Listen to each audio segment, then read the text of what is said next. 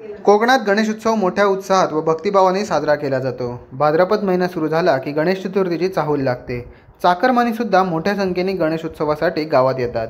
कोकणात 1.5 दिवस, 5 दिवस, 7 दिवस, 9 दिवस, 11 दिवस, 21 दिवस गणेशोत्सव साजरा केला जातो।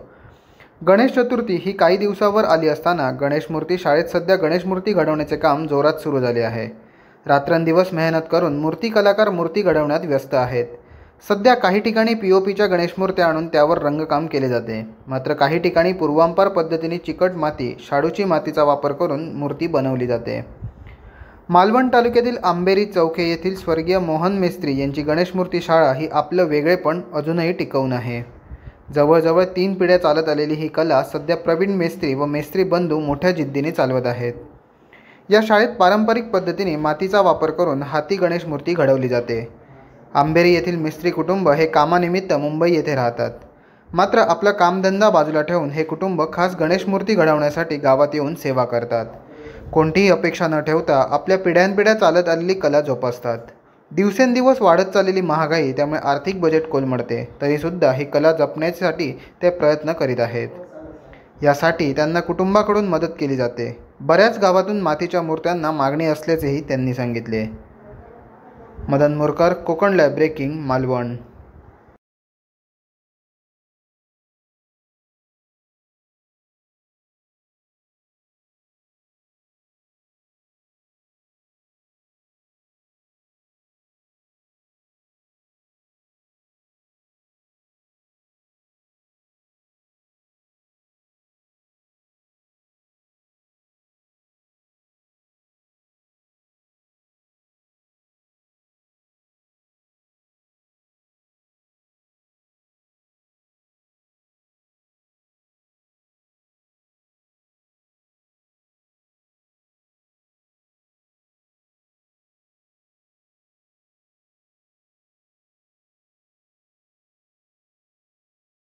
मी प्रवीण मनोहर मेस्त्री, आंबेरी, मालवण आंबेरी।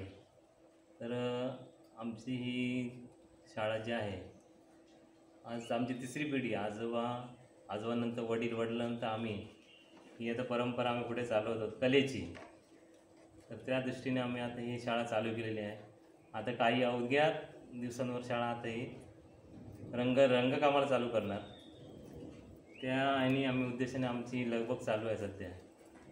तर आताच्या दृष्टीने पावसाळा अति आहे, मातीकाम जोरात चालू आहे, पण मूर्त्या सुकत नाही आहेत। हे काय आहे, त्याबरोबर दुसरी कसं की उद्या होणारा हा त्रास, मूर्ती न सुकणे वगैरे सगळे त्या गोष्टीने आमचे प्रयत्न चालू आहेत। आणि महागाईच्या दृष्टीने जर करायला गेलं सध्या, तर मनुष्यबळ आधी पहिलं काय मिळत नाही।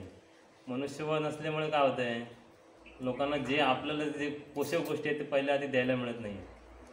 ह्या कलेच्या दृष्टीने फक्त लोकांना आवक मोठी आहे, पण ते हे नाही करत, इथे इच्छेनुसार कामाला पण येणार नाही।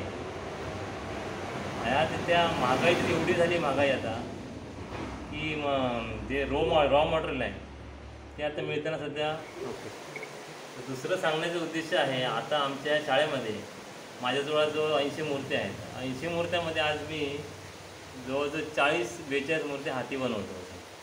पण त्याच्यामध्ये फक्त या 80 मूर्त्यामध्ये 10 मूर्त्या फक्त पीओपीच्या आहेत। बाकी आम्ही इथल्या स्थानिकांना जे पाहिजे ते आम्ही स्वहस्तकलेने आम्ही बनवून देतो। आणि आज जवळजवळ माझ्याकडे कणकवली, कसाल, एक तर देवगड असे विविध लांब एरियातनं ओरोस, कणकवलीवरून सगळे मूर्त्या इथे न्यायला येतात।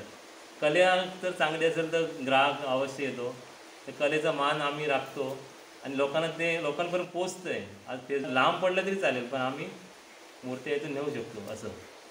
पण आज मातीला प्राधान्य दिलं पाहिजे।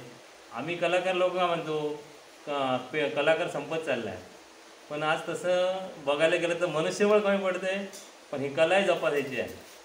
तर त्या दृष्टीने आमचे हे प्रयत्न आहेत। पण आम्ही मूर्त्या बनवण्यासाठी मुंबईवरून खास इथे येतो गावी। आणि ही जी शाळा आहे आजोबांची आमच्या चाललेली आहे, तर माझे वडील करायचे, चुलते करायचे, सगळे घरातलेच कलाकार असायचे। पण आज आमच्याकडे आत्ताच एक मे महिन्यामध्ये आमच्या चुलत्यांचं निधन झाल्यामुळे आज ही सगळी जबाबदारी आमच्यावर आलेली आहे। आणि आम्ही सगळी आता हे दिसतो, सगळे आज एका घरातलेच कुटुंबातली आम्ही शाळा चालवतो आता। तर प्रत्येकाला ही वेगवेगळी कला दिलेली आहे, ही आता की माझी बहीण आहे, ही सोनार काम करते, हे दागिने वगैरे घालते त्याच्यात. इकडे बघ. तर तो एक उद्देश सांगण्याचा असा की मजूरदार आणि रॉ मटेरियल वगैरे ह्याचा उद्देश सगळं एकत्र करून आम्हाला तसं, आणि आम्ही इथे गावी ह्याच्यात असल्यामुळे, खेडेगावात असल्यामुळे तेवढं प्रॉफिट नाही त्या गोष्टीला. पण आम्ही एक ह्या देवाची कलेची सेवा म्हणून आम्ही रंगदेवीची सेवा आम्ही करतो आहे, आणि परंपरागत आमची परंपरा आहे ती सादर करतो आहे असं ते.